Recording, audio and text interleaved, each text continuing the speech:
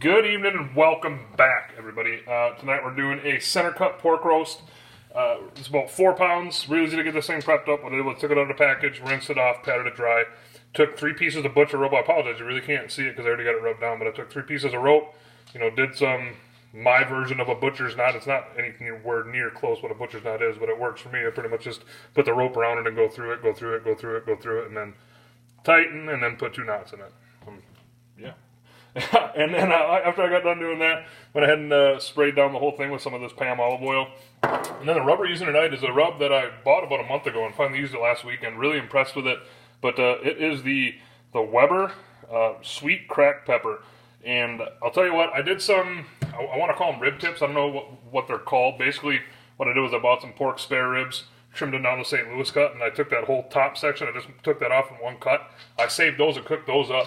And I used this stuff on it with no sauce, and it was awesome. So we're using it again tonight on a different cut of pork. We're going to be cooking on the pits and spits tonight. We're going to cook at 180 the whole time. And pellets we're using tonight, I don't ever really go over that much, but the pellets we're using the Smoke Ring Hickory Beach. So we will pick back up when we're down at the pits and spits. All right, down at the pits and spits, just through the pork loin on, give you a quick look. See, she's smoking away real nice. Like I said, I'm using the internal probe that hooks up to the front of the controller. We're going to cook at 180 the whole time. And yeah, I'm thinking we're probably going to take this up to an internal of around 140 when it's all said and done. So besides that, I'm going to leave this thing shut down, and I'll probably check back in about an hour. Okay, 1 hour in, give you a quick peek at the pork roast. There she be. So I'm going to go ahead and close this thing down. Internal on it right now is at about 70 degrees. So it's still got about 70 more degrees to go, but I am not going to open this thing up until it hits an internal of 140 degrees.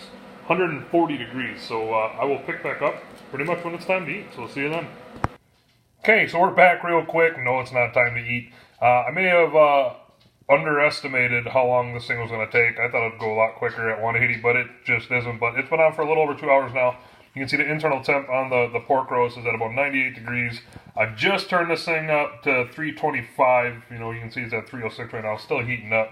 So I figured I'd just show you the Wi-Fi screen here. It's as easy as it is to move the temperature around. You just, crank her up, crank her down, or put it to 325 where I want it. So I'm going to go ahead and let that finish off at 325, and now we will pick back up when it's time to eat. Okay, so we are back, and it is time to eat. Real quick over to Cook Times. 4 pound, what did I say, center cut pork roast or something. 2 hours at 180, 1 hour at 3 1/4. Brought it up to an internal of about 138 to 139. Put some foil over it for about,